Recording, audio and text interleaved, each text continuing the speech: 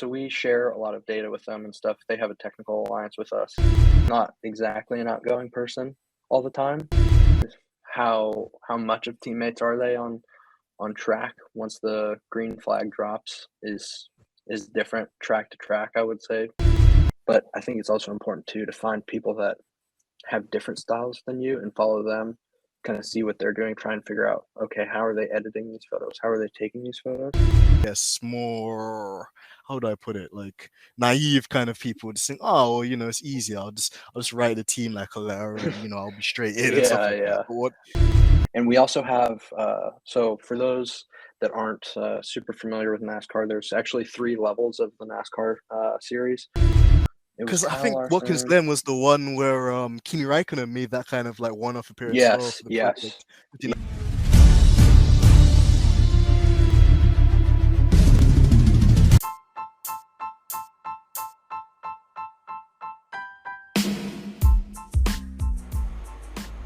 Hello and welcome to another legendary episode of the Stripping the Dipping podcast. You're joined by your usual co-host, the MDM, the modern day Morgan Freeman. It's your boy AMG Dens, and as always on the Stripping the Dipping podcast, we love to explore the world of motorsport, high and low, near and far, and all the dynamics in between. And today we've got a really awesome guest that's going to give us a very unique perspective of NASCAR through his lens. See what I did there?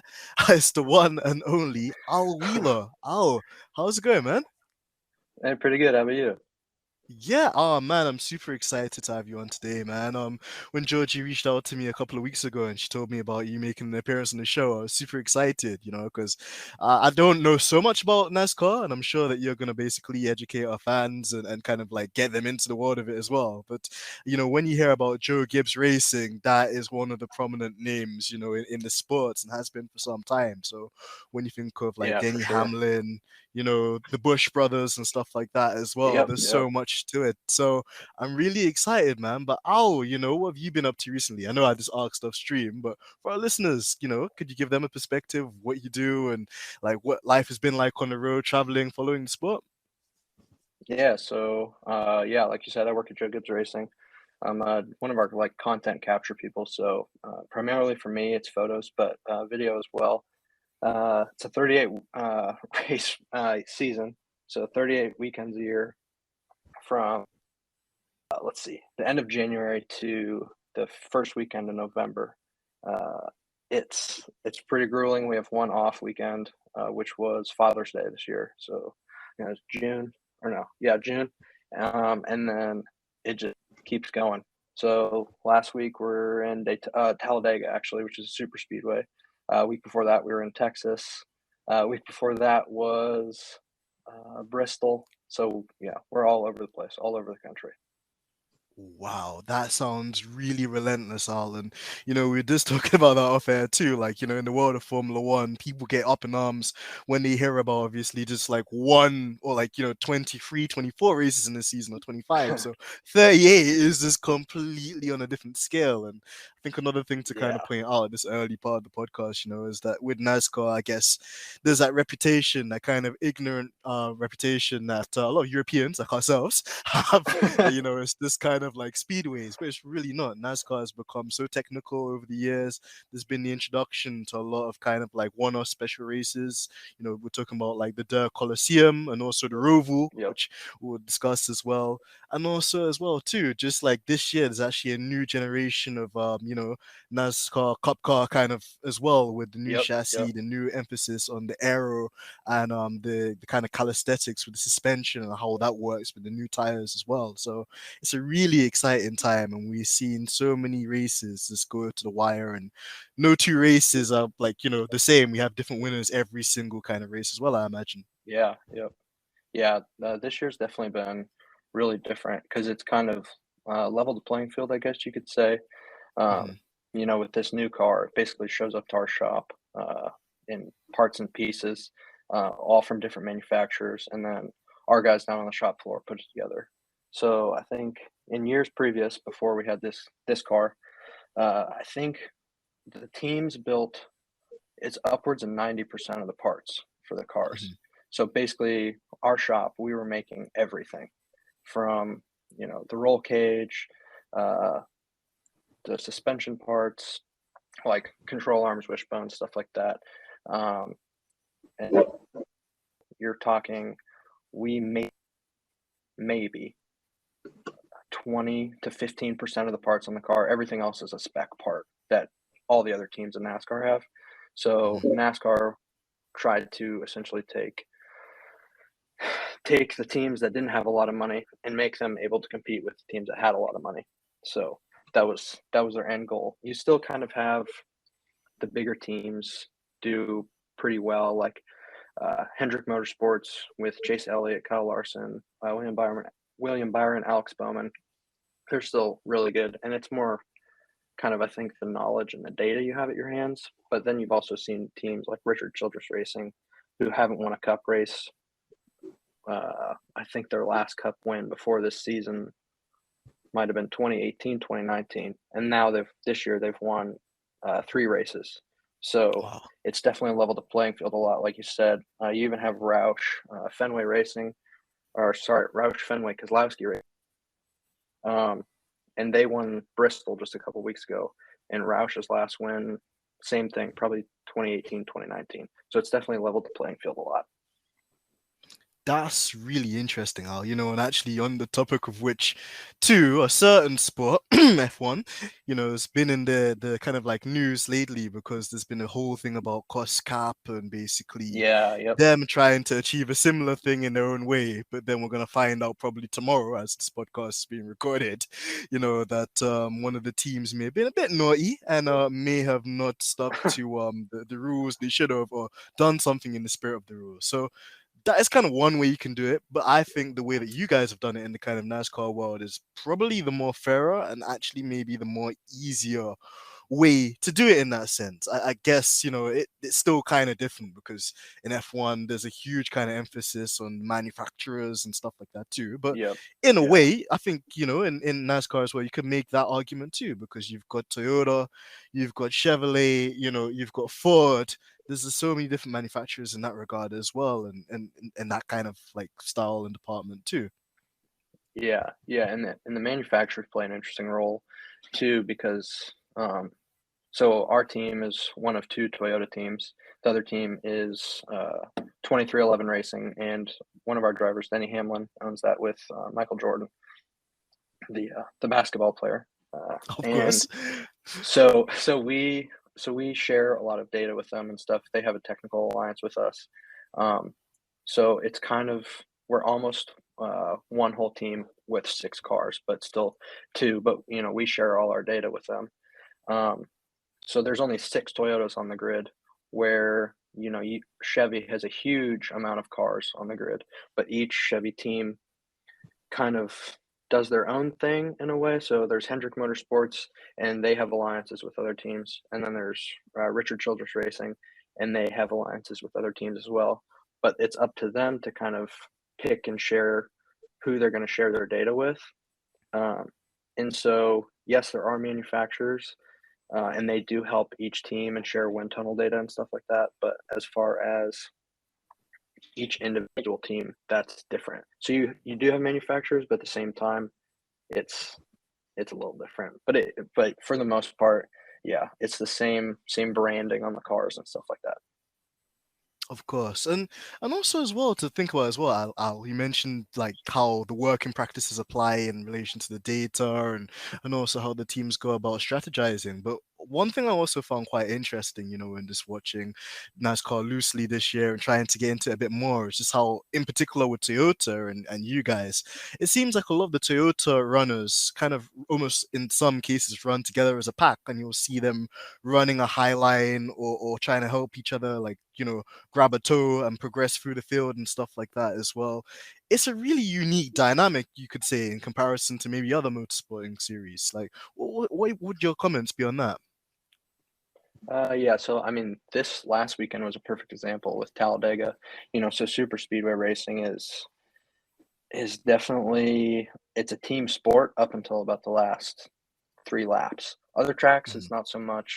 uh, it's not so important that they work together all the time.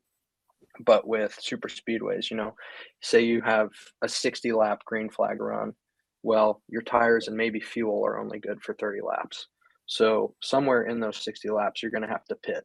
But if you come just by yourself as one car and then go back out, you're not going to have the draft of the other cars, and so you're just going to get lapped with probably within about 10 laps. The big field of cars is going to come back past you. So that's why you see so many teams like ours, all the Toyotas come together at the same time, so that you can get that tow and kind of catch back up to the pack. And that way, when everybody else kind of cycles through, the green flag stops. It's hopefully your strategy is played out, and that you are either in the front of the pack or in the back, wherever you want to be, if you're trying to play it safe or if you're trying to get aggressive and get stage points. Whereas other tracks like Texas, everyone's got their own strategy. It's not, it's not team dependent. It's not manufacturer dependent. And it's just whatever the crew chief of that one car thinks, hey, maybe a caution's going to come out in the next 30 laps, but we want tires now and we can jump it, and then we'll pit next time around and get tires and fuel. So stuff like that, there's so much strategy to it, as far as being able to take, just fuel or just tires, 2 tires, 4 tires. You take tires on the right side of the car? Do you take tires on the left side of the car? Do you wait for fuel to try and fill the car up to make it to the end of the stage or through to the next caution potentially? So there's definitely a lot of the strategy is very interesting to it. You wouldn't think it, just because it's not like F1 where maybe you have 1 or 2 stops, you have 3 or 4. But when the cautions come out, makes such a big difference, especially in this playoff format where there's points to be gained just based on where you finish in the stage, if you win the stage, and that makes a huge difference. It's really complex, and it's really hard to keep track of. I don't really understand it that well myself. So Well, how are you giving me some confidence there too, man? Because for me too, like when I was trying to follow this sport at the beginning of the year, I was like, wow, like it's actually quite dynamic. And in a way, it's not been done where it's artificial or it feels like a rule's been created just basically for the sake of the entertainment. Certain other sports which have been doing. I'm throwing a lot of shade on that particular yeah, sport, but we'll come to them in a second. yeah, But yeah, no, like with NASCAR, it's actually refreshing. And I've had a similar kind of revelation with even the IndyCar guys this season, and seeing how strategy plays for them, and watching the finale of their final race at Laguna Seca, and how like such a one track surface meant that some of the guys were doing a 4-stop race. And I was like, that's crazy for like an open wheel series, let alone obviously coming back to NASCAR, where you've got like obviously a enclosed car with a chassis and bigger tires, and almost running it in that sense too. But either way, Al, yeah. obviously this podcast is not just about the sport, but also we want to know more about the man behind the lens himself, Al Wheeler. So, bro, like, could for our listeners at home, could you tell us more about your initial early memories of motorsport? And like, was there a particular series you were really digging before you got into like following NASCAR and being part of the Joe Gibbs Racing team, for example? Yeah, yeah. So I can give you a little bit of how I got into it, I guess. Mhm. So I was in high school, and so I grew up in Colorado, in the United States, for your international listeners. And I lived really close to the road for the Pikes Peak International Hill Climb. And I had a really good friend whose dad was the race director. And so we would go to that every summer. If you don't know what the Pikes Peak Hill Climb is, it's a 14,000 foot mountain. I don't know what that is in meters. Is it is it six? No, it's not 6,000 meters. Anywho, they race up basically it's a toll road for tourists all year long, but for one day a year they close it off and they race from about 8 miles up the road all the way to the top, and it's about 12.6 miles. Uh, and so just going to that as like a kid in high school, that kind of got me started in racing. And then I got kind of into Formula Drift for a little bit. And then in college, I took like a photography class, and I was just, oh, it'd be great to go to the hill climb and take some pictures. So the hill climb's a week-long race. There's practice Tuesday, Wednesday, Thursday, Friday. Saturday's off. Sunday is race day. Um, and so go up there for the week and just take photos, and I actually really liked it a lot. Uh, and so that's kind of how I got into that, and that's kind of what hooked me in. I was like, man, I would really love to do motorsports photography for a job. And then when I was in college, I had a classmate who was a year ahead of me, and I went to school in Phoenix, Arizona, and he got a job at the racetrack, the Phoenix Raceway out there. It's just a NASCAR track. They run some IndyCar races there occasionally, and they came to one of my classes and spoke, and I said, hey, I'd love to, come shoot some content for you guys. If you'd have me, I'll do it for free. Just, this is trying to for a career. And so they invited me out the first time, and it was a NASCAR race. And I'd never really watched NASCAR as a kid growing up. Always thought it was just, a bunch of rednecks running in circles. And I went out there, and so they had me out a couple times. I shot an IndyCar race out there. I'm a massive IndyCar fan. I think that's probably my favorite form of racing. Actually, F1 and IndyCar probably about even. But so I went out there, shot that, and at one of the races, I met a kid that worked for one of the teams, and we just followed each other on Instagram, and a couple months go by. I messaged him. I said, hey, if you ever need any help, if you can't be in two places at once, let me know. And he was like, oh, we have that locked down for the year, kind of everything in advance. But he's like, if anything opens up, I'll let you know. Well, then maybe another month goes by, and he messaged me again, just kind of out of the blue, and says, hey, I'm actually leaving my team, and I'm going to another team, but I'll recommend you for my job if you want. And so that's kind of how I ended up out here. That was 2019. So that was kind of my first full-time gig. And then now it's 2022. So I've been doing it this is my third season. So. Wow, that's actually really incredible, Alan. Like, just to see the progression and the journey you've taken as well. Huge salute and respect to you, man. Because I guess with a lot of people, when they're looking at, going into their dream profession and stuff like that, they're kind of, I guess, more, how do I put it, like naive kind of people just think, oh, well, it's easy. I'll just write the team like a letter and, I'll be straight in and stuff like that. Yeah. But what and that's the thing, like people don't realize that there's a lot of volunteering that you have to do, or lots of networking you have to do as well, or kind of Oh, things that you end yeah, up having to do for free. that's massive for sure. I think, yeah, you have to I think the biggest thing is being able to be available and do it for free, maybe for a little bit. I know that's not ideal for a lot of people having to pay bills and stuff. I was just lucky that I happened to be in college and could go to those races on the weekends. It was just great timing. But yeah, and then just trying to meet people. I know I'm not exactly an outgoing person all the time. So yeah, sometimes you just got to get out of your comfort zone and talk to people, because you never know who that person you might talk to ends up being, even if they, you know, just seem like a random person at a racetrack. You never know.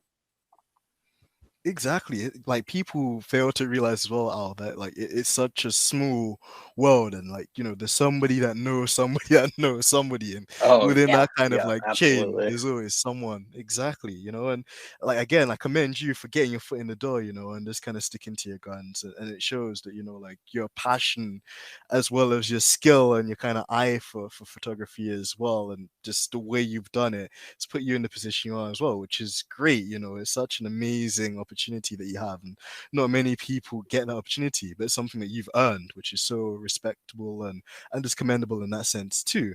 And also, one of the questions kind of on the topic of like catching these photos and kind of building the portfolio of content as well, Al, is like, what are the major difficulties or like some of the challenges that you face? Because even when you're just talking about the Pikes Peak stuff, which is really intriguing too, like I imagine that there's probably certain spots that you have to experiment with, certain lighting as well, because unfortunately with motorsport, it's not blessed at most times by, Mother Nature and the sun and stuff like that too. And then when you have these Yeah. cars that are traveling at ridiculous like speeds as well, sometimes I imagine like this particular lenses or ways you have to capture them.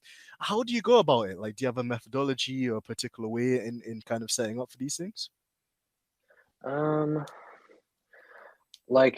for me, a lot of it is track dependent, and since I've Mhm. been to all the tracks multiple times now, but going into it, it's kind of nice to never have been to a lot of these spots before just because it's new, it's different, and it's kind of your wonder and awe of it is that helps a lot because you're just really excited, and for me, that kinda helps me get the creative juices flowing, but as far as some of the tracks, it really just depends, like, this last weekend, we were in Talladega, and, most of the tracks that we go to, they let you go on the outside of the circuit, um, and walk it, so I'll do, like, a whole lap around the track, sometimes 2 on the outside, but at Talladega, the super speedways, so Talladega and Daytona, they don't let you on the outside because the speeds are so high, you would get hit with just little rocks and pebbles. And I mean, even at a mile and a half track,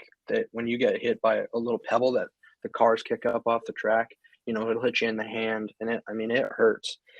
So at a 2.5 mile track, it would be pretty dangerous, especially if they wrecked. Sometimes they get into the catch fence, and that's always a bad situation. So I'm limited to the inside of the track at those spots. So I know, okay, I have 2 or 3 spots I can go and spend a little bit of time in each one of those and just try a couple different things. So I'll just try still photos where basically the car's not moving within the frame, and then I'll try panning. So I'll do that for probably 15, 20 laps, and then I'll go to my next spot. And if I just happen to see something walking along, I'll stop and think, oh, that's like a nice angle or whatever. But now I know where all those spots are with all these tracks because it is the same thing every week or same thing every year, I should say. Um, yeah, you kind of know where all the good spots are, but then also another thing that I do is just like working in the sport. You meet some other photographers and stuff that you become friends with, and they kind of know different spots too that they like to go to. So I Mhm. always try and walk around with somebody, and they're always like, "Oh, the outside of turn 2 at this track is always really good. Let's go out there and do that stuff." So you kind of when you work with other people, they can kind of point out some other things too that maybe you didn't notice, and that helps a lot.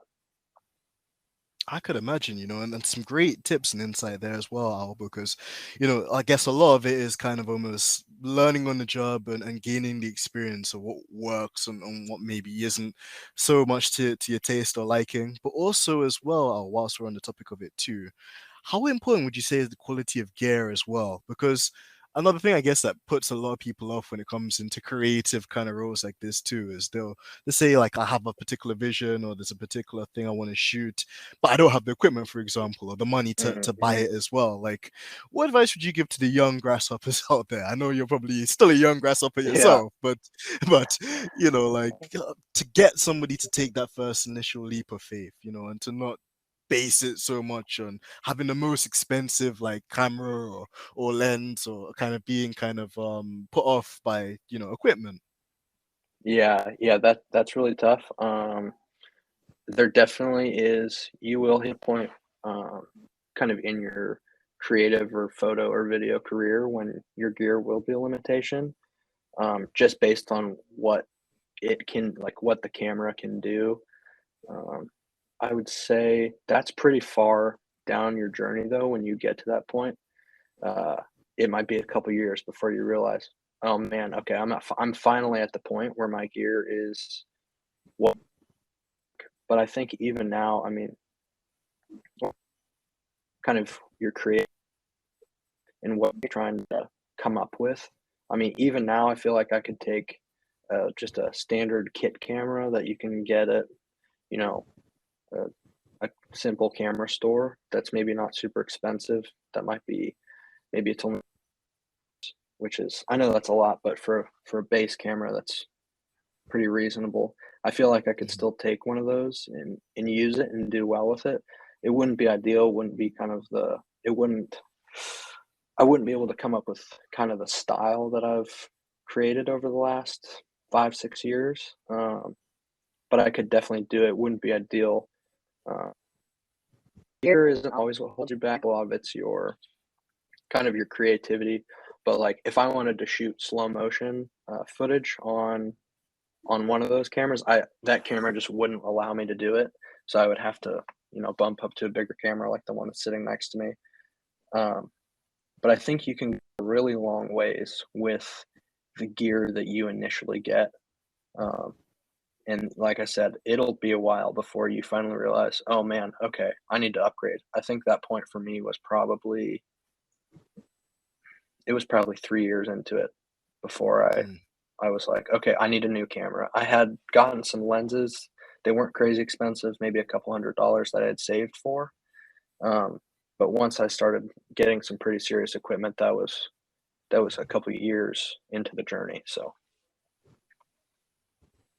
And I think that's really refreshing as well, Al, that you mentioned those things, because it's always just one of those things where I guess people have an idea or a vision, but then they limit themselves because they've seen somebody with like a camera that's worth X amount, or they don't believe that they'll be able to kind of achieve the creative vision they've got in their head or mind, because of just the limited stuff they have. But like you mentioned, like there's so far you can go even with like the basic stuff. And I think like you mhm, mentioned too, if you've got like an eye for detail or a particular idea, nowadays days you can be really creative in the way that you go about capturing it or the way you go editing it, like post capture as well, to kind of create the effect that you're yeah, after as well. So it's really yeah, for sure. reassuring that you mentioned that, and I think a lot of our younger kind of audience will take comfort in that too. But to change it up as Yeah, well, Al, you're talking about the legendary Joe Gibbs Racing team before, and we just wanted to get insight into, like what is it like, being on the road with them, being at the track with them too.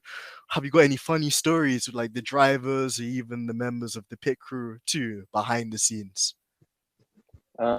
yeah. I mean, this is my first year at this team, but it's been. I mean, I'm on the road a lot with them. I think this last weekend was my 20 man, it was my 27th weekend on the road this season. Um, and we also have, so for those that aren't super familiar with NASCAR, there's actually 3 levels of the NASCAR series. So you have the NASCAR Cup Series, the NASCAR Xfinity Series, and the NASCAR Truck Series. And we have the Cup Series and Xfinity Series teams. So basically, Xfinity and Trucks are kind of the minor leagues, or to put it like Xfinity is Formula 2 and Trucks is like Formula 3. So we have like a Formula 2 team essentially.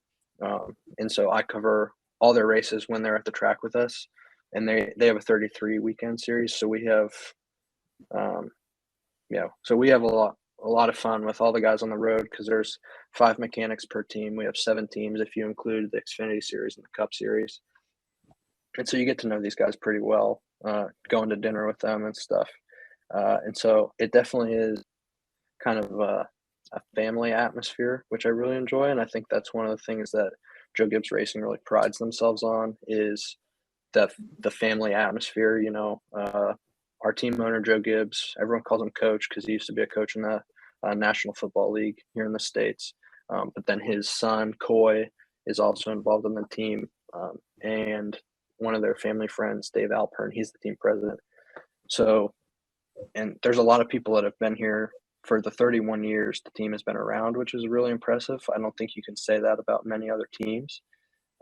So even in the office, I go to the office 3 days a week, and it's always a good time. Go to lunch with everybody, and then we travel on the road. So you kind of have to be friends with these people because you're around them a lot. Mm. And I'm really Sure. lucky that I enjoy being with these people all the time.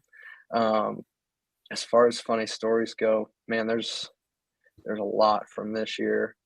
Uh, I'm trying to think of one that's probably appropriate to share. Um, yeah, there's that happens in haulers when we hang out. That's maybe not PG. Um, man, Yeah, I can't think of any off the top of my head, but if I do, I'll stop you and let you know. Yeah, please do, Al, because I mean, it's just interesting, and I think it's refreshing for a lot of our listeners too. Because in the world of F1, I hate to kind of bring it there, like it at times it just feels like a toxic cesspool pool, and it's just Mm, people yeah, throwing and slinging mud at each other from either side. But to kind of see a different atmosphere in NASCAR, and to kind of see like how a team can be like so family orientated, and yeah, the rivalries, the moments in time, like in the sport where things get a bit heated behind the wheel, but at the end of the day, everybody just goes about their business, and it's just like a fun, thing. And people, I guess, like you mentioned as well, because it's such a long season, you really have to be kind of a next level of jerk to like hold like a grudge or to just be difficult for such a long period of time as well. I don't yeah, imagine yeah, it's necessarily healthy to kind of just be kind of angry all the time or to just kind of move a certain way. So it's really refreshing actually to hear that, and I think it's going to encourage and entice a lot of our listeners, to go and check out NASCAR if they haven't before, and actually, hopefully, go and support Joe Gibbs Racing too, because that's one of our yeah, yeah. favorite teams here on the pod as well. But it's interesting, and actually, on the topic of Joe Gibbs Racing, like you guys have such an interesting franchise of like drivers too, because you got Denny Hamlin, which drives the 11 Yep. FedEx car, really cool livery as Mhm. well. You got the infamous Carl Busch with the M&M Yep. car as well. I know Yep. Yep. Carl, yep, has a lot of interesting kind of moments which we can get into at some point as well. You've got Christopher Bell, you've got Martin as well. There's so many cool Yep. drivers, and what we wanted to do as well, Alice, we kind of have this segment of the show for like our F1 related guests, but this time we're going to do a bit of a remix. We're going to do a DJ Khaled Okay. remix on this one. We have like a segment called Taxi, Dinner, and Avoid.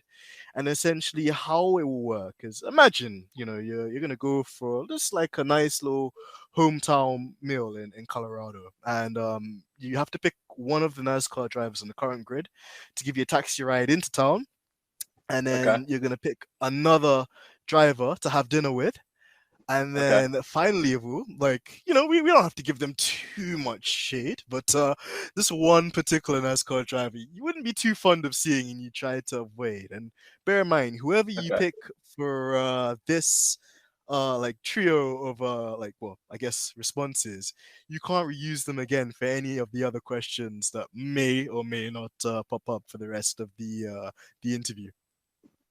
Okay. So am I allowed to pick any driver in the NASCAR Cup Series or just our drivers that we have? Um, because I don't want to land you in trouble with Joey, I'd say it's anybody on the grid. Okay. Okay. Um. All right. Let's see. Taxi. Mhm. Ooh, that's a good question. Let me pull up. There's so many drivers. There's 39 drivers, so I need to pull. I need to pull up all the drivers because I feel like I'm not going to be able to remember all that. I've got the NASCAR website pulled up right here. All right. Taxi with Kyle Larson, just because he's one of the best drivers right now. I'd feel pretty safe in his hands, and he's a pretty cool guy.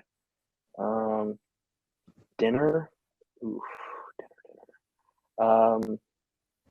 Dinner. I'd say Bubba Wallace. I know him a little bit because he's into photography as well, so we talk about that occasionally. So I think we could have a good time at dinner. Avoid, ooh, avoid. That's a good one. Avoid. I'm gonna say Ross Chastain, just because our Ooh. drivers have had beef with him all year. So I think yeah, that's a fair point as well. It's not us, giving them too much heat, but these things yeah, yeah, happen in the sport too, and in a way, I guess it's what keeps it interesting and everyone on their toes too, because there'll be one week I imagine where you guys have the upper edge with the car and this the kind of setup that you yep, guys have for it too, and the other weeks as well, the opposition have that same advantage, and it kind of can come to a head or come to blows on circuit yep, too. So yep. interesting. And actually, whilst we're speaking as well about fast drivers too, there are like, Carl Larson, he's done really amazing this season too. And, in a couple of the Hmm. races, I think I was watching the Watkins Glen one where I think him and who was the guy that was like side by side with him on one of the safety car restarts or caution restarts? That would have been actually the Xfinity, and that was our one of our drivers actually, Ty Gibbs, who is Joe Gibbs's grandson. He drives for us in the Xfinity series, and Ty actually ended up winning that race. But yeah, that would have been because sometimes the Cup drivers would drop down to kind of get some just lap times and track time in the lower series when they're with us, and so Kyle just happened to be running in the Xfinity Series race at was it Watkins? Was it Watkins Glen? No, that was Road America. Sorry, Watkins Glen. It was Because I Kyle think Watkins Larson. Glen was the one where Kimi Räikkönen made that kind of like one-off appearance as well Yes, for the yes. project Yeah, you're 2019. right. That was with. Yep. Yes. Who was it? That would. Was it? I don't think it was Denny. It might have been Christopher Bell. He was one. Our other driver who drives the 20 car. Mhm. I think that's what it was. No, wait, was it? There's so many races. It's so hard to keep track of. I'm trying No, to think okay. as well. So okay. It was Ty. It was Ty Gibbs in the 54 car. They also raced each other pretty hard at Road America as well. Yes, it was Watkins Glen. It was Kyle and Ty. It was the same thing. Kyle was running the Xfinity Series race. Ty was up there as well. Yep, that's what it was. Yeah, and they went through the bus stop, too wide, and at Watkins Glen in a NASCAR, that's basically impossible, and they ended up wrecking. Yeah, I think I remember that happening too, and I was like, wow, this is like very feisty. I couldn't believe it as well. And just Yeah, and then yeah. even I think Chase Elliott as well in the I think it was the Cup Series race that weekend too had like a moment with Carl Larson there too. Like this kind of things that happen normally in the kind of like track races too. Oh yeah. I would say the road course races that we do, it's very prevalent. Just kind of how it ends up working out. And even with Kyle Larson and Chase Elliott, our teammates, um, and that's teammates. How much of teammates are they on track once the green flag drops is different track to track. I would say because they're trying to win. They're trying to race for the championship. I would say F1 it's a lot more controlled amongst the teams because Mhm. the teams work out of the same pit stalls and garage area. Whereas on pit road with our pit boxes, they could be on complete different ends, and the crew chiefs don't really talk to each other, and so you kind of just end up with that dynamic that happens. It even happens at circle tracks too, but road courses. I mean, the cool thing about NASCAR is since it's not open wheel racing, you can touch and you can kind of beat and bang and move people out of the way and be more aggressive than you would in an open wheel car. And so sometimes those things just happen. Of course, and I guess as well, like as long as the drivers walk away from the incidents and stuff like that unscathed, it kind of adds to the storyline and I guess the drama in a positive way, and kind of keeps everybody on their toes too. And actually, is a good segue to the following question. Now, like the next one we're going to put forward to you is, if Netflix come to you tomorrow, and bear in mind you actually are a very creative genius too, so you would be the ideal person for this actually, to commission a documentary about a rivalry in NASCAR history, which two drivers would you pick? And for this one, you're allowed to pick just two NASCAR drivers of any generation or era. And also, as an alternative answer, you can pick two drivers on the current grid, two for this one. Okay. Man, I mean, I think the classic rivalry that everyone kind of knows about from the late 80s, early 90s was Dale Earnhardt Sr. and Jeff Gordon, and that's been talked about a lot. So I guess I'll save you that answer because I think there's an ESPN 30. If not, it's on um, Fox Sports or something. If your viewers are interested in finding it, I can't remember what it's called, but it goes into really good detail, kind of talking about how kind of Jeff Gordon was super young when he came into NASCAR, but he was super talented in sprint car racing. Comes into NASCAR, kind of takes NASCAR by storm, and Dale Earnhardt Sr., legendary driver, one of the best of all time, kind of guy. Jeff Gordon from California, a very refined kid. in kind of their rivalry. But I guess I'll go with current kind of rivalries. I would say, man, that's a good one. I would say just based on this year, you could probably say Ross Chastain and Denny Hamlin. They've had kind of incidents at a couple races, and Ross is really he's rubbed quite a few people the wrong way. He's raced Martin really hard this year, spun him out, I think under yellow maybe, or one of them was going a lap down and Ross spun him out. And so you've had a couple people that have been pretty unhappy with him, kind of the way he drives. So yeah, I would say Denny Hamlin and Ross Chastain. It's an interesting one, and actually we'll circle back to the kind of Ross Chastain and Denny Hamlin like rivalry at the moment too. But also like we don't actually get to talk about him enough, so I'd love to do it also on this episode too. Al, like Dale Earnhardt Sr. was one of the great NASCAR drivers, and it's sad as well that he was taken away from us. If people don't know, like there was like a very kind of bad crash he had on a speedway. This was before as well. They brought in like the hands device, which maybe, had it been today, it might have saved his life. But, he has obviously a son, Dale Earnhardt Jr., which also had a lot of success. But yeah, just as like an icon of the sport, like how highly do people speak of him, Al, and just to give like probably people that don't know about NASCAR insight into how legendary Dale was, like who would you liken him to in terms of like Formula One or maybe other motorsport series people watch? Man, yeah, that's a good question. Who would I liken him to? He was just a very rough and tough, kind of didn't care. If he respected you, he would run you well, but if he didn't have respect for you, he wasn't going to give you, any room out on the racetrack. Yeah, I mean to give an example, I mean, even when you go to the track, every week there's always campers, people camping out in the infield, and there are hundreds of flags with the number 3 on them. Dale Earnhardt, for those who don't know, Dale Earnhardt Sr. drove for Richard Childress Racing in the number 3 car, and there are still flags that people run on their motorhomes that are Dale Earnhardt Senior flags. People still wear old vintage. BF Goodrich was the sponsor. They wear those T-shirts. I mean, he was just an icon of the sport. He was kind of the guy that everybody loved. I mean, to show you kind of how much people loved him, Dale Earnhardt Jr. Won most popular driver every year for 16 years when he was in the sport. That was how much people loved him. So his legacy kind of was taken over by his son. And so anyone that was a Dale Earnhardt Sr. fan, which there are a lot of, they just naturally gravitated towards his son.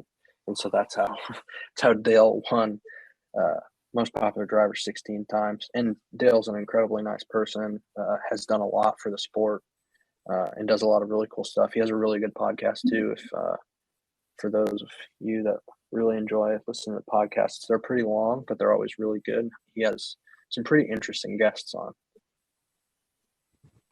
That's awesome. At some point as well, we'll have to plug that, and maybe hopefully it will one day be a dream. Maybe get him on the podcast at some stage too, because yeah, that would be awesome. It really would, wouldn't it? And yeah, he's just an awesome guy. And even for me, just kind of following him loosely as well, even just when he's doing the NBC coverage and stuff like that, he's always got great insight and stuff like that too, which leads us back into kind of, I guess, the modern day too, Al. We're speaking about rivalries and how Ross has kind of rubbed Denny Hamlin and some other kind of guys on the grid not necessarily the right way. How important is kind of like having your allegiances in NASCAR? Because I'll give you a funny analogy actually. Like I follow this guy on YouTube called David Shieldhouse, which makes like also NASCAR content, and he plays a lot of NASCAR Thunder 2004, which I'm sure you played a lot of as a kid too. Hopefully, fingers crossed. Yeah, I played a little bit of that. Yeah, and one thing I picked up from even just the video game, it was 2004, so for 2004 it's quite remarkable that if you hit another AI driver in the video game, there's like a rivalry system. So if you hit the driver, like the computer or the AI that's, like I forgot his name now. Like Jeff Gordon, for example, or Yeah. Jimmy Johnson, or any of these Hmm. guys. If you hit them, then you get like a negative mark, and then anytime you try to overtake them, they try and take you out of the race and sideswipe Oh you. my gosh. But like adversely, like like in an alternative way, if you shared your slipstream with another driver, then they'd be more likely to like be an ally to you and let you pass it out, like crashing into you deliberately. Yeah, Is yeah. is that a similar thing with real life NASCAR too? And it's like some drivers maybe showing more respect to others because they know that there's a lot on the line, and if they upset one of the guys in the midfield or kind of at the back of the pack, when they go to lap them, there's always the possibility that they could get taken out, or their life could be made harder than it would normally be. Oh, absolutely.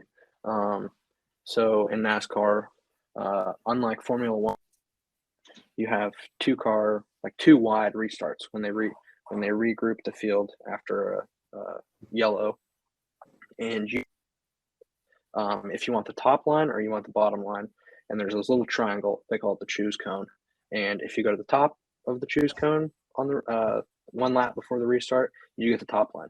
If you go to the bottom, you get the bottom, and will specifically pick certain people to restart in front of or restart behind based on if they like them or not, if they're friends off the track, stuff like that.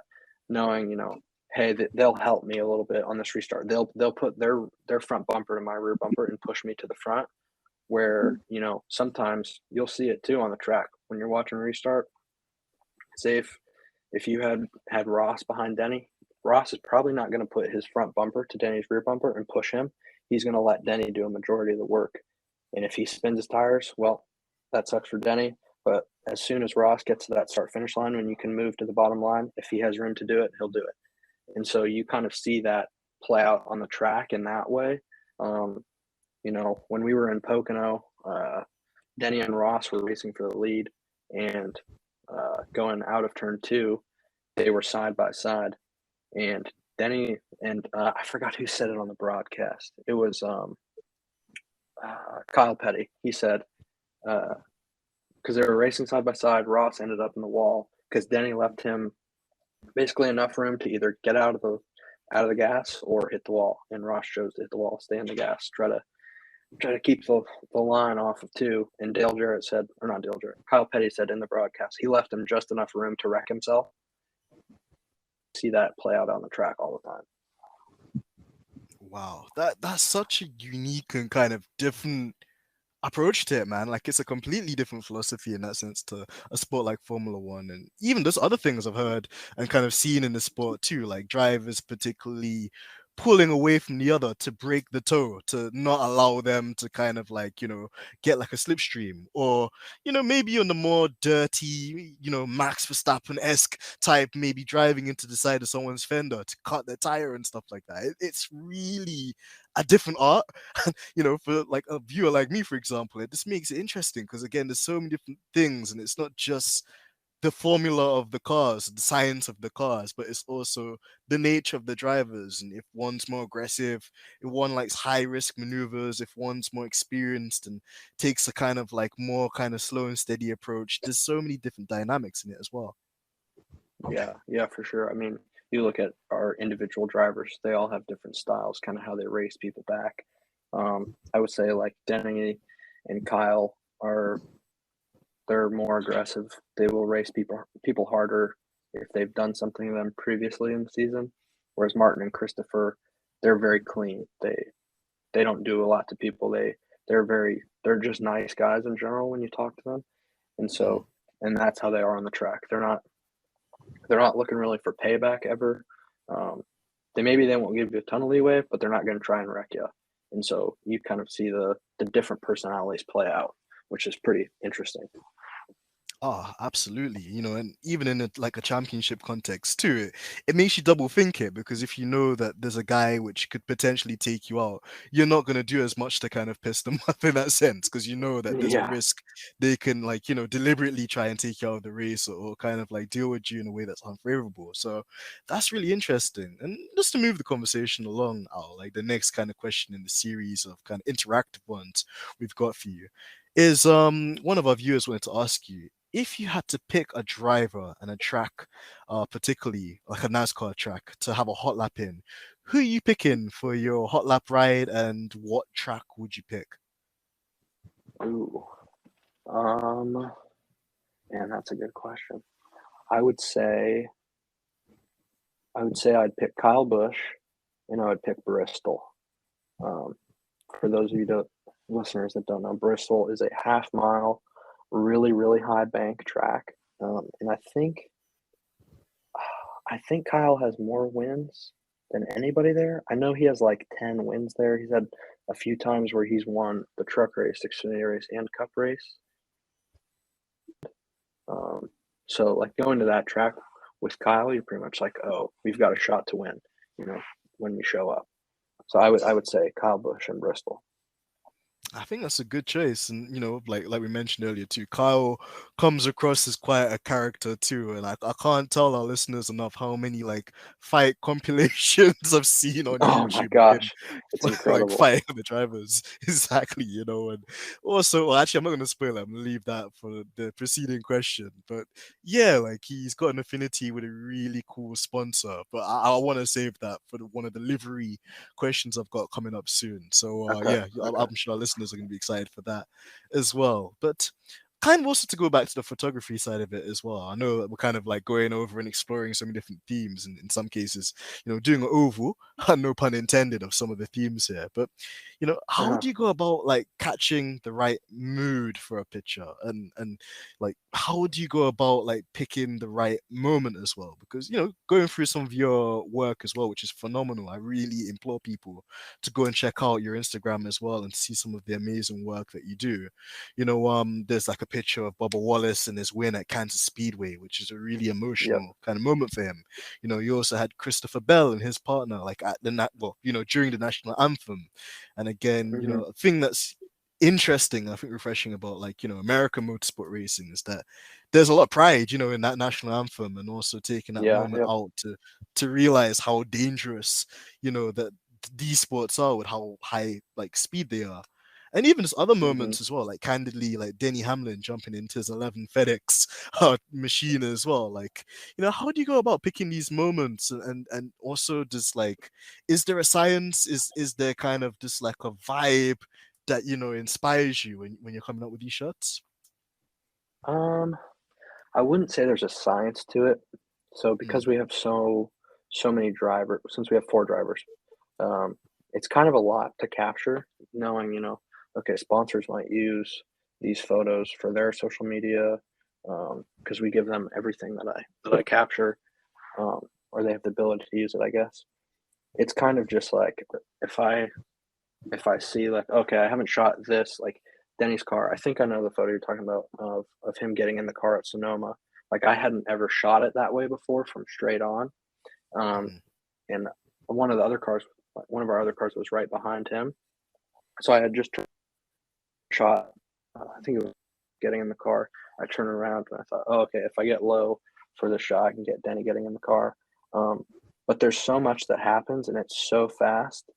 Uh, it's kind of just like wherever I'm at, wherever I'm standing, maybe I can only afford to take two steps before they get into the car. Say they're putting their helmet on or whatever. You know, there's not a lot of time because I'm trying to get Denny getting his helmet on. I'm trying to get Christopher. I'm trying to get Kyle, and I'm trying to get Martin. And so it's kind of just some of it's luck, um, some of it is kind of skill, I guess, in a way. But I would say it's 75% just right place, right time for a lot of these moments. Um, mm. and especially too, like the photo of Christopher with his wife on the grid during the national anthem. You know, Christopher maybe he was he qualified towards the front of the pack, so they line the cars up how they qualified, kind of like how they do in F1. And so Christopher was maybe at the front, but I think Kyle was at the back. So I have to pick kind of, okay, I have these moments that I can capture of, say, Christopher if he's close to another one of our drivers. So say Christopher's first, Denny's fifth, Martin's 17th, Kyle's 23rd. I have to run the whole grid. Oh, it is. And so sometimes I just have to pick, and choose what I can get. And so sometimes stuff like that just kind of presents itself, and certain tracks too, they line up the cars differently and all that. So a lot of it's just kind of, okay, this moment's right in front of me. Maybe I'm not in the best spot, but it's happening right now. I have to capture it. I can't try and make it perfect. Um, and so I think a lot of that is what ends up making these moments cool, is they're just kind of, they're as they are. They're not staged. Like I don't think I've asked a driver this year, "Hey, stop what you're doing real quick. Let me get a shot of this." That's not really my style. So that's kind of how a lot of those end up. It's just kind of random. Yeah, absolutely. But you know what I really appreciate about it all is like it just comes across so authentic and so raw. And it's almost like the thing I appreciate about your style is it makes me feel like I'm at the circuit right there. Like and almost I think it's one thing kind of getting a picture of somebody like you mentioned, like if it's like a photo shoot or it's like a deliberate kind of like attempt to, make to stage something, but to capture something in its element, in its raw kind of nature, like a car speeding at 200 miles an hour, or to catch a driver in those last few moments with their engineer, with their fitness trainer as well, as they're about to jump into the car, and drive at speeds of excess of 200 miles an hour. I think there's a real art, and I can't rate you highly enough for that as well, in terms of like No, thank you, man. portraying that and recreating it as well, man. Honestly, it's a huge skill and talent, and I wish people would give like yourself and also the other kind of photographers more credit for it too, because like not all of us can be at the track. I'm actually, funnily enough, haven't been to a real kind of race in reality before, so just to kind of see the work you do, I think it brings a lot of the fans like myself close to the sport, which is so unique, and in a way I feel they should definitely pay you more for. All for a pay rise. Let's make that a trend as well. But Yeah, yeah, man, it's that'd be great.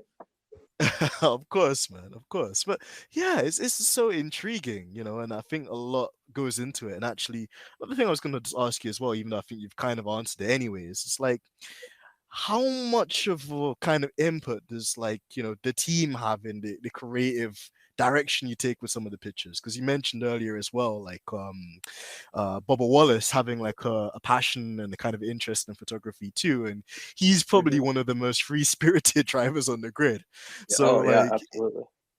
is it one of those ones where like they just say, hey, you do what you want, you're the expert, just kind of do your thing, or is it a thing where sometimes they give you a bit of input, or there's like a particular event or marketing kind of exercise they want to do and they'll tell you, oh, we want you to shoot it this particular way? How does that kind of like balance work? Um, say for the most part, they just kind of let me do my thing, which I really really appreciate. We Mm, have a guy that sits across from me. He's sick right now, but he's our videographer, and he's really really talented as well. And so it's kind of just, hey, come up with what you can come up with, which I love. Um, but then at the same time, like today, we were working on just like talk video, and I was working with my boss on it at the same time. And so it was kind of just, oh hey, here's this clip. I want you to how you feel, and kind of working it together. So I would say a majority of the time, like at the track, it's totally up to us, which I love. But and then occasionally, like sponsors will have requests, like Interstate, whenever they are, or they're on Martin's car earlier this year at New Hampshire. They have a list of shots that they want, but they're generally mm. pretty generic, uh, and so those are kind of easy to capture. Um, so yeah, for the most part, they generally just let me do my thing, which I love. Um, they trust us, which is awesome because they are kind of, they're big moments. A lot of the things that happen at the track, and if you miss them, it's not always the best thing. But the fact there's two of us, that kind of helps. Uh, so yeah, I really do appreciate that they let us kind of do our thing creatively. So yeah.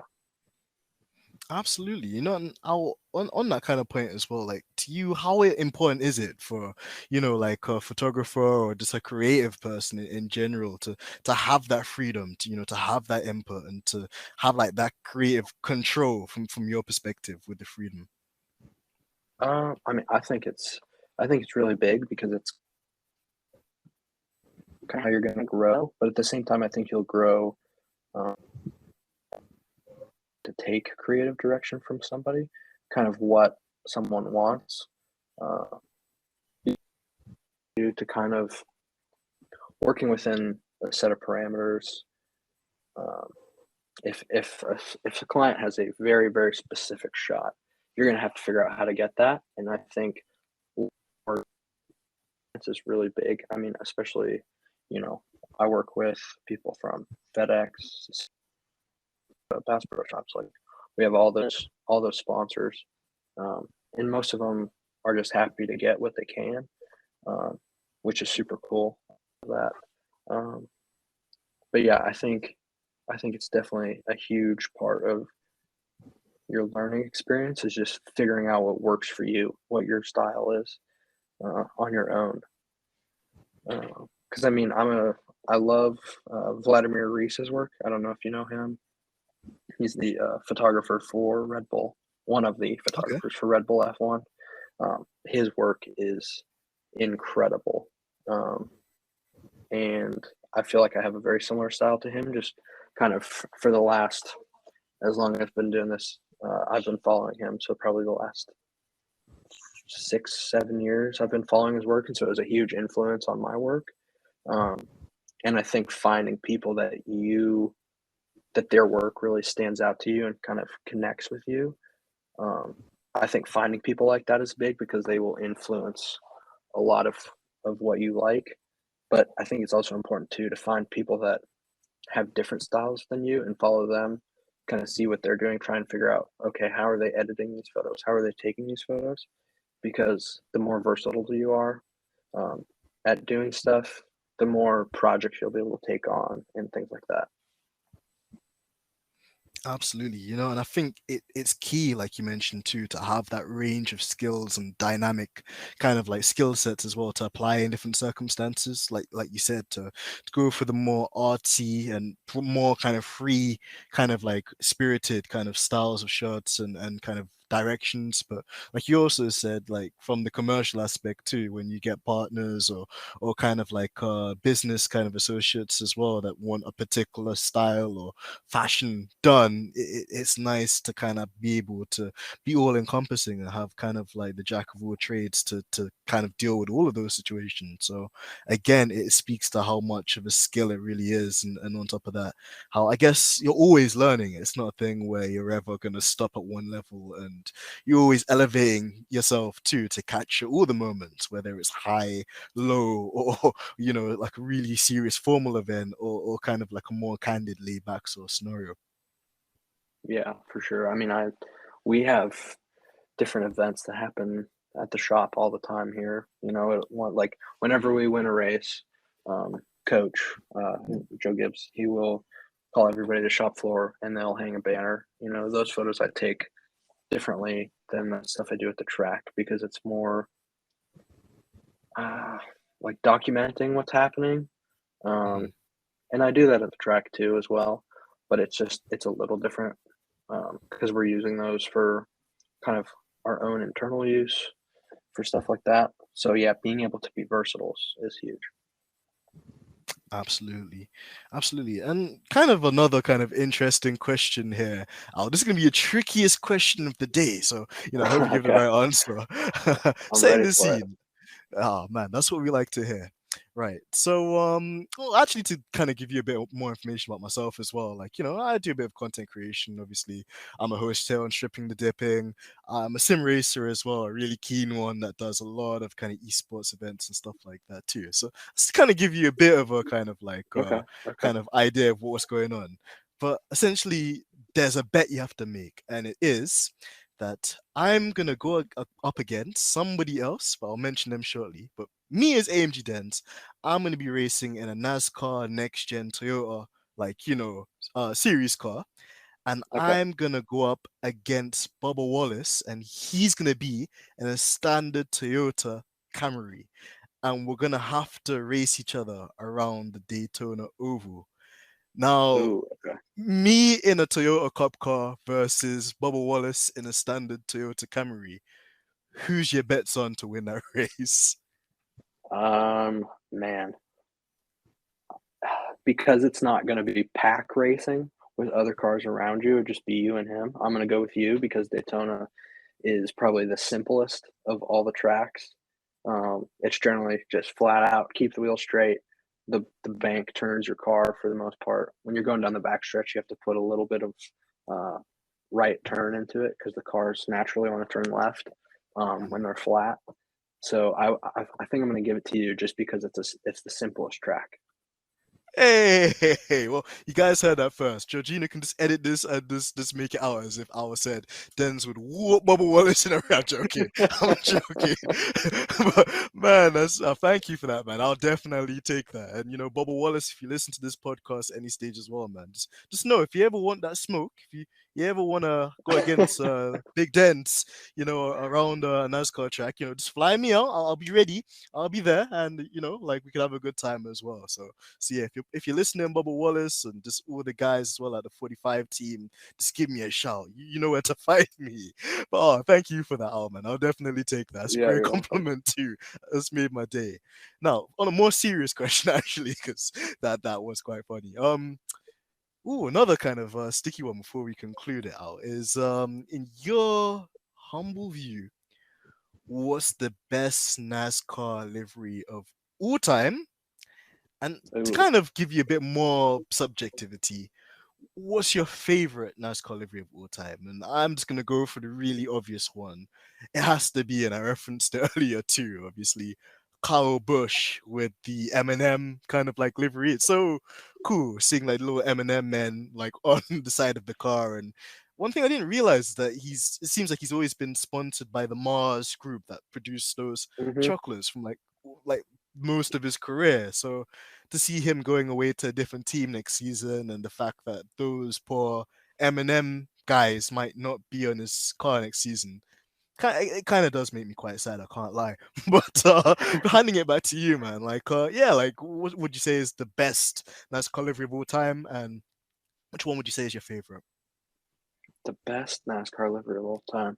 So I want to say it might have been 2019. Um, Bush Beer, who sponsors Kevin Harvick, did a really cool it was a season long campaign. Generations of people. So you had Gen X, Gen Z, Millennials, Baby Boomers, stuff like that, and they did a car.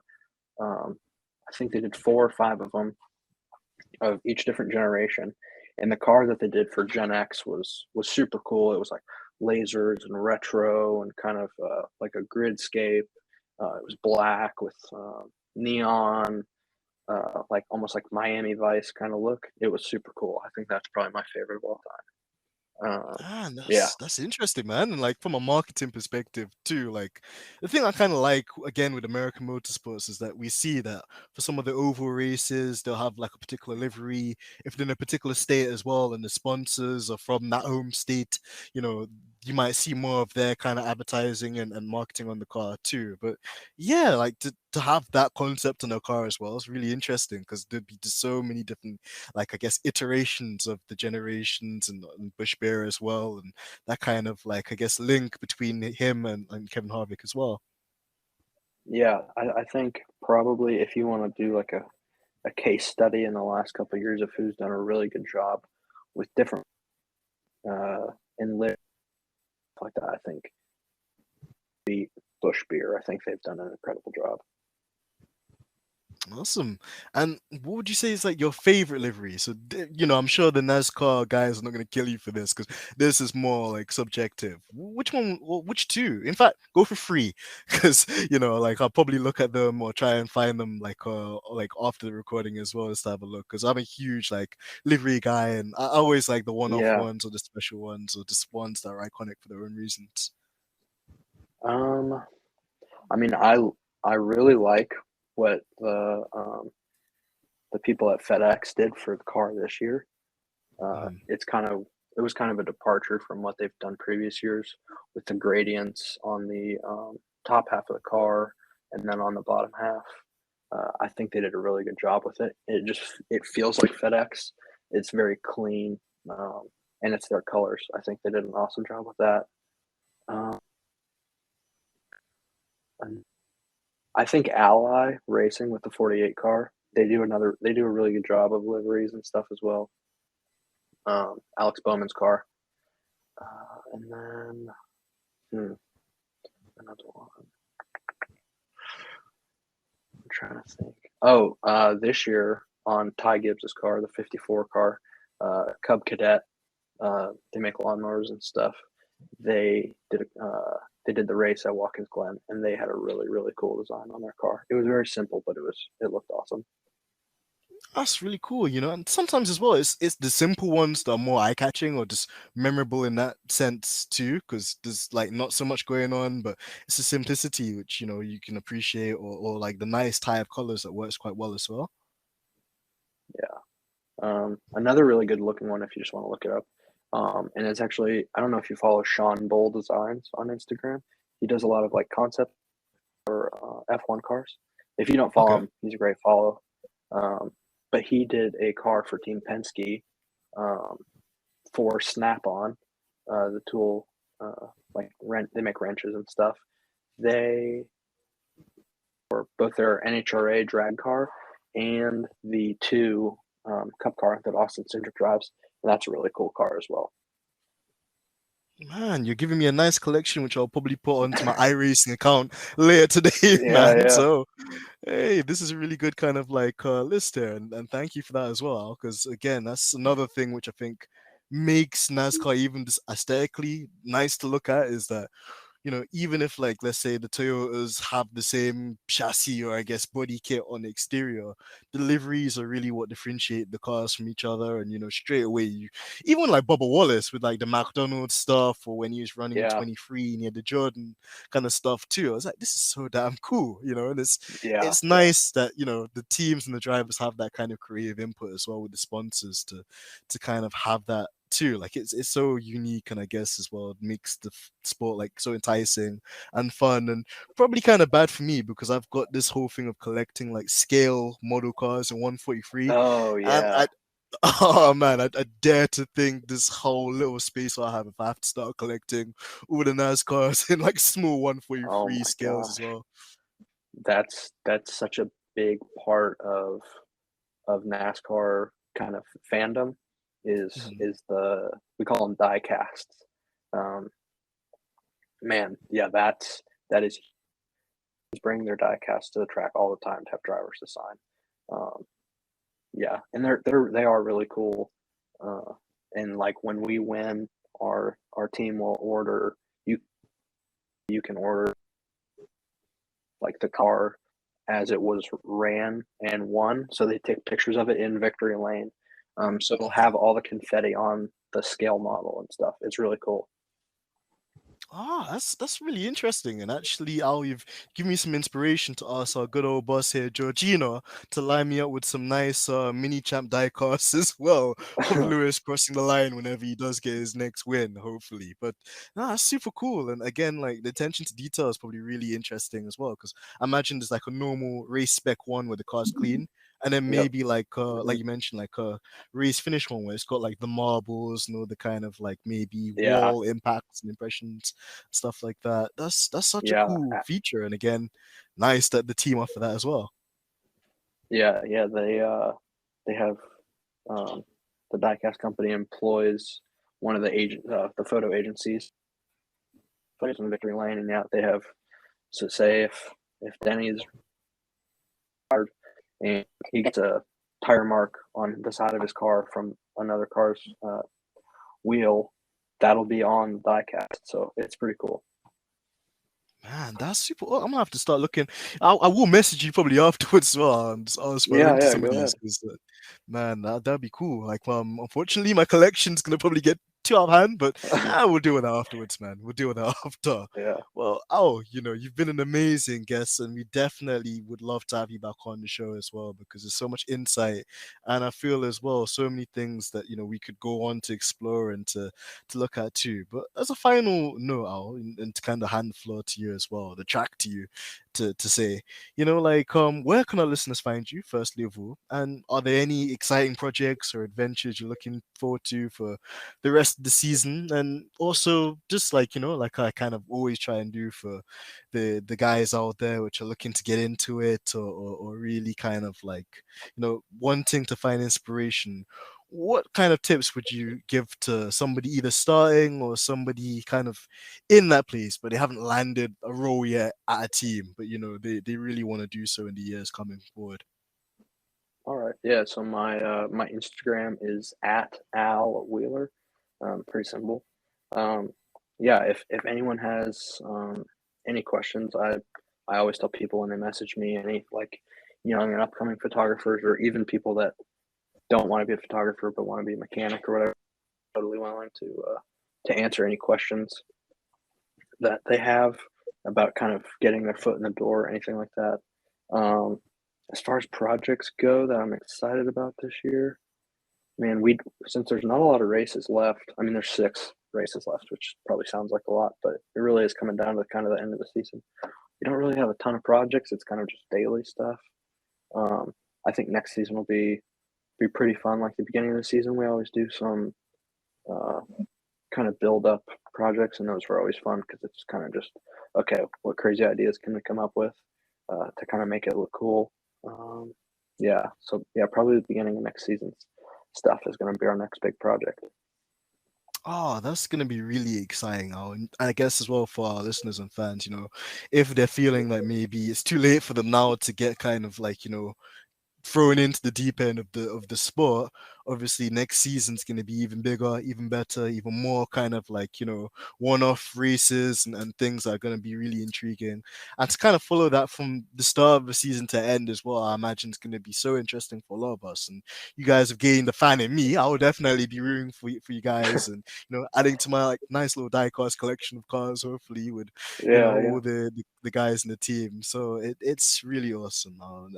We thank you immensely for your time too, because it's so cool to hear these stories, to get these perspectives, to be in touch, with like great kind of professional guys like yourself too.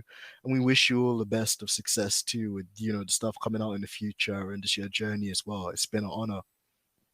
yeah. No, thanks for having me. I had a really it's fun kind of introducing people to the world of NASCAR because I was not a fan really, I would say, when I started, and I've definitely grown to enjoy it. Um, and yeah, so it's always fun introducing kind of new people to it and telling them all about it because it is a lot more than just driving around in circles. That's for sure. There's a lot of stuff that goes on.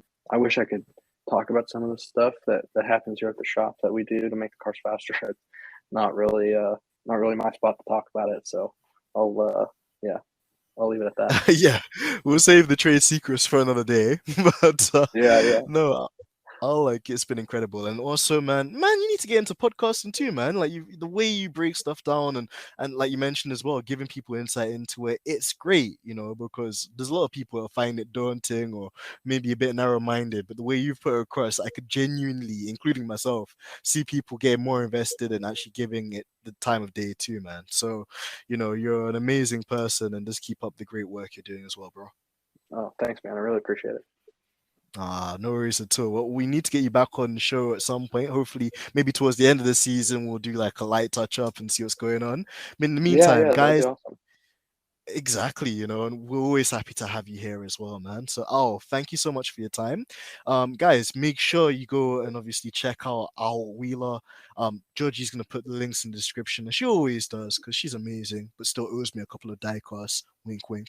But yeah, make sure you follow Al Wheeler. Make sure as well you follow the Joe Gibbs guys as well because they're an amazing team. They put out some really great content as well that you can get invested into. So again, it's an awesome time, and there's never been a better time than right now. So absolutely go for it. And yeah, it's been your boy, AMG Dens, aka the MDM, been here bringing you some amazing content as always. And until next time, guys, make sure you slap a like on the video, make sure you go and follow our amazing guest, Owl, and just share and circulate all the amazing content, because there's so much to it and we're willing and able to do even more. So keep us, in the top of your thoughts and yeah, just support the channel if you really like the content. That's all we can ask. Until next time, it's been your boy AMG Dens from the Stripping the Dip In podcast, and I'm out. Peace.